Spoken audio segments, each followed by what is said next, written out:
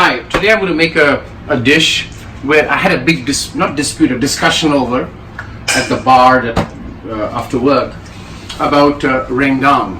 This is an Indonesian dish that got very popularized in Malaysia as well. And the discussion we are having is Rengdan means beef curry. And I'm like, we debated about it and we figured out, no, it's not beef curry. Rengdan is a style of cooking. And I met a lot of friends who are vegetarian, and I asked them about, have you had rendang? And they were like, what is rendang? And I realized that rendang is typically beef, but also can be lamb or chicken, but there is no vegetarian rendang soup.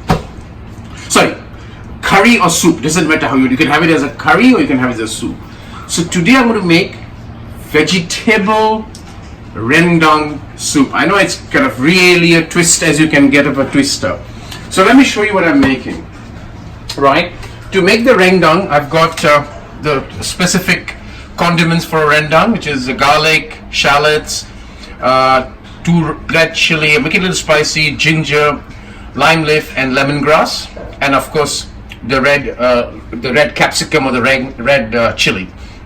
So this is going to go, I'm going to have a tamarind, very simple dish to make, not much of energy, some tamarind that will go in, and of course I will add turmeric, right? That's it for the paste that goes into the rendang dish. And to make it a vegetable curry, which can be also had as a soup, I have got beans, these are string beans, corn, and cauliflower. I know, and I'm going to show you, it's a very easy dish to make, very nice, but I'm experimenting to see whether you can do a rendang with vegetables. I know it's kind of hilarious because this friend said it's like, so the first thing first, what I'm going to do, I'm going to kind of roast this chili.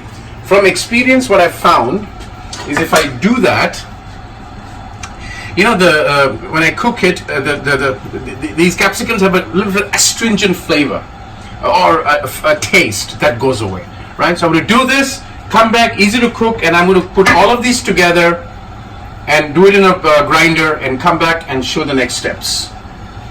Well, the chili is really roasted well. You're going to get the aroma. I've chopped all of this. So all of these goes into the blender along with this. Right? As usual, I'm clumsy, so all of this goes in there. And what you're going to do is add a little bit of turmeric, right? Generally, I prefer to add whole turmeric, or you can add a little bit of powder, right? That gives the flavor and the color. That's it. And we're going to blend it. So I've got my paste done, right? I'm going to keep that. I'm using a big pan, the La Creuset Balti. I still wiggle when I hear this name Balti, because this is least of all Balti. But I've decided I'm making it mustard oil, and I'm going to put some mustard seeds in it to add a little bit of a different flavor to the rendang. You generally don't use mustard seed with rendang, but I'm using mustard seed because I like that nice mustardy flavor. It's well heated, mustard is cracking, and I'll just put this in. I'll put a little bit more water in there.